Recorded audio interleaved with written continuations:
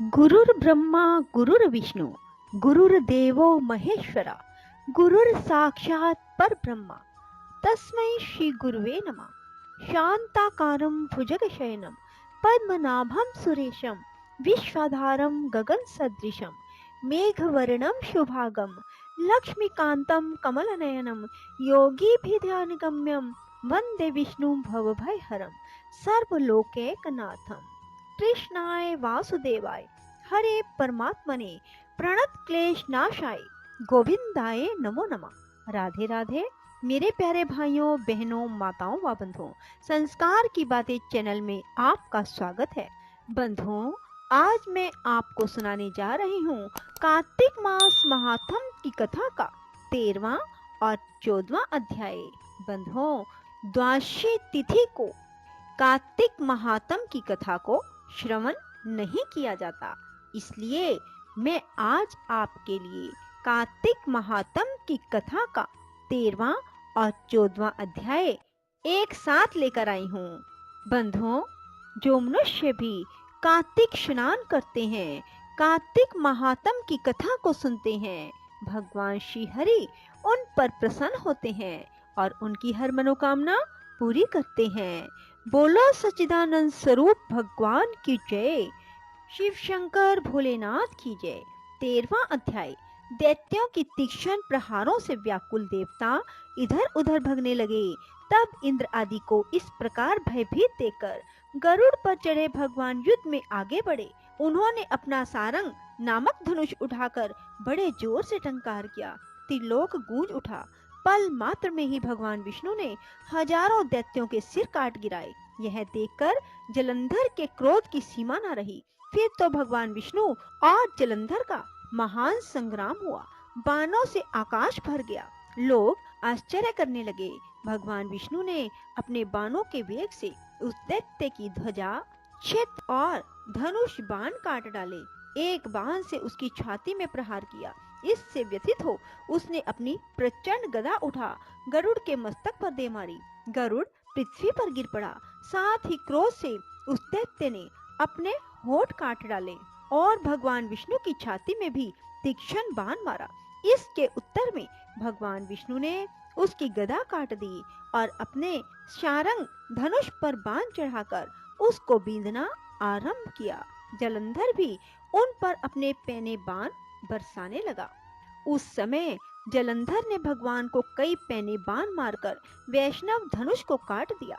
धनुष cut जाने पर भगवान ने गदा ग्रहण कर ली और शीघ्र ही जलंधर को खींचकर मारी, परंतु उस अग्निवत अमोघ गदा की मार से भी वह चलायमान ना हुआ और मदोन्मत्त हाथी के समान उसे यानी गदा की मार को फूल की माला ही जाना। साथ ही उस युद्ध दुर्मुद ने अत्यंत ही क्रोधित होकर अग्निमुख त्रिशूल को छेद दिया।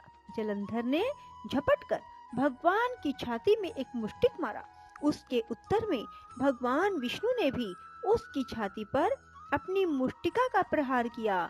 फिर दोनों घुटने टेक कर बाहों और मुष्टिकों से बाहु युद्ध करने लगे। कितनी ही देर तक भगवान उसके साथ युद्ध करते रहे।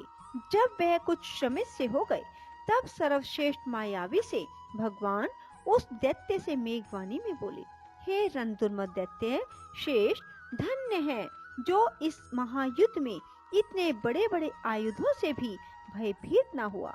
तेरे इस युद्ध से मैं बड़ा खुश हूँ। तू जो चाहे वह मांग, मैं अदेय वस्तु भी आज तुझे दे दूंगा। मायावी भगवान विष्णु की ऐसी वाणी सुनकर जलंधर ने कहा, हे भावुक, यदि आप मुझ पर खुश हैं तो यह वर दीजिए कि आप मेरी बहन के साथ तथा अपने 100 कुटुंबियों सहित मेरे घर पर निवास करें। नारद जी कहते हैं, उसके ऐसे वचन सुनकर भगवान को खेद तो हुआ, किंतु उसी क्षण उन देवेश ने तथास्तु कह दिया। अब भगवान विष्णु सब देवताओं के साथ जलंधरपुर में जाकर निवास करने लगे। जलंधर अपनी बहन लक्ष्मी और देवताओं सहित भगवान को वहां पाकर बड़ा प्रसन्न हुआ। फिर तो देवताओं के पास जो रतन आदि थे उनके स्थानों पर दैत्यों को स्थापित करके जलंधर पृथ्वी पर आया। निशुंभ को पाताल में स्थापित कर दिया और देव, दानव, यक्ष, गंधर्व, सर्प, राक्षस, मनुष्य आदि सबको अपना वशवर्ती बनाकर त्रिभुवन पर शासन करने लगा। उसने धर्म अनुसार सुपुत्रों के समान प्रजा का पालन किया। उसके धर्म राज्य में सभी सुखी थे। बोलो विष्णु भगवान की जय, शिव शंकर भोलेनाथ की जय। 14वां अध्याय। ओम हरे राम राम राम हरे हरे, हरे कृष्ण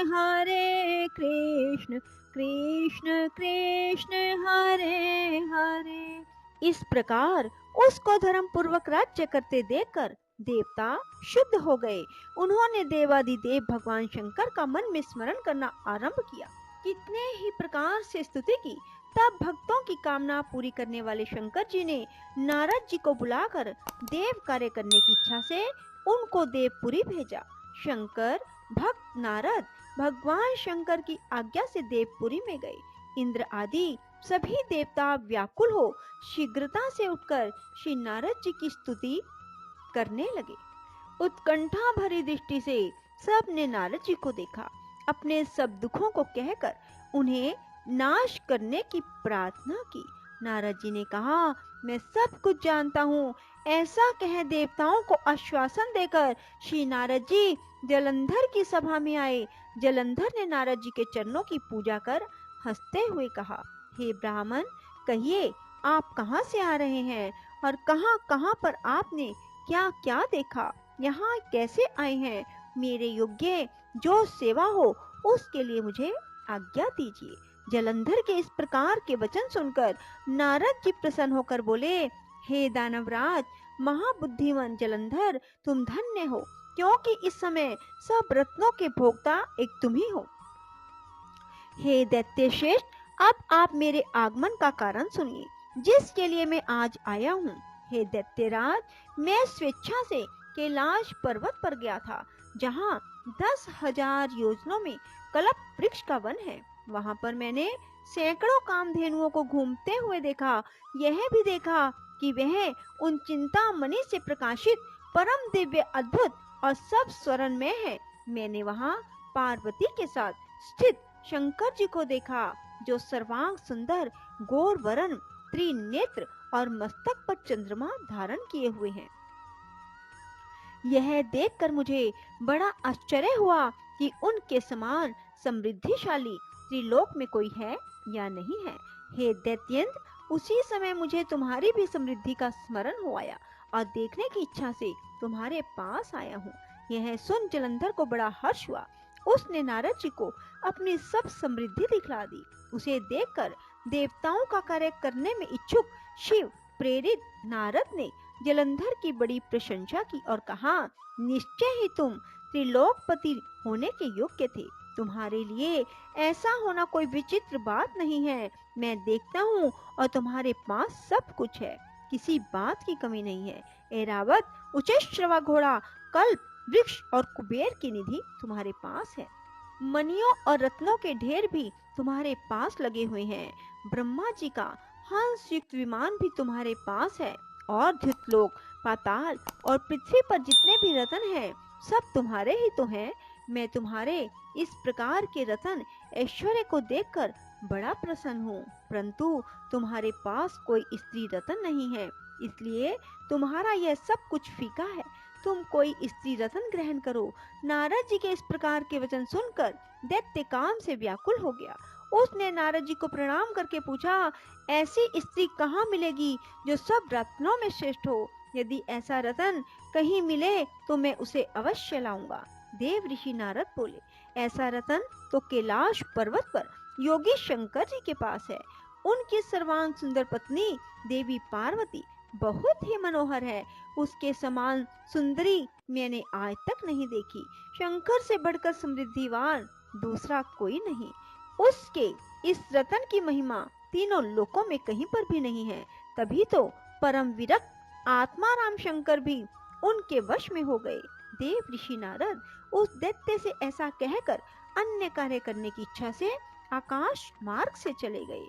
बोलो कृष्ण भगवान की जय, विष्णु भगवान की जय, शिव शंकर भोलेनाथ की जय, माँ लक्ष्मी की जय, पार्वती माँ की जय, गुरु महाराज की जय। हरे राम राम राम हरे हरे, हरे कृष्ण कृष्ण कृष्ण हरे हरे। हरे राम राम राम हरे हरे, हरे कृष्ण कृष्ण कृष्ण हरे हरे। हरे राम राम हरे हरे, हरे कृष्ण कृष्ण कृष्ण हरे हरे।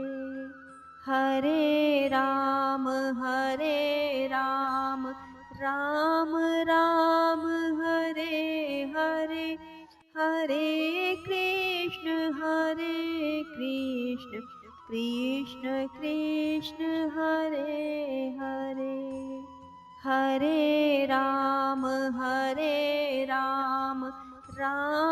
राम हरे हरे, हरे कृष्ण कृष्ण कृष्ण हरे हरे। हरे राम राम हरे हरे, हरे कृष्ण कृष्ण कृष्ण हरे हरे। हरे राम राम हरे हरे, हरे कृष्ण कृष्ण कृष्ण हरे हरे। हरे राम राम हरे हरे, हरे कृष्ण कृष्ण कृष्ण हरे हरे। हरे राम राम हरे हरे, हरे कृष्ण कृष्ण कृष्ण हरे हरे। हरे राम राम हरे हरे, हरे कृष्ण कृष्ण कृष्ण हरे हरे। हरे राम राम हरे हरे, हरे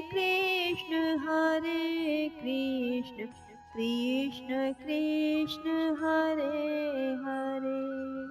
राधे राधे, जय श्री कृष्णा। बंधुओं, यदि आपको हमारी ये कथा पसंद आए तो इसे लाइक करें और शेयर भी जरूर करें। धन्यवाद।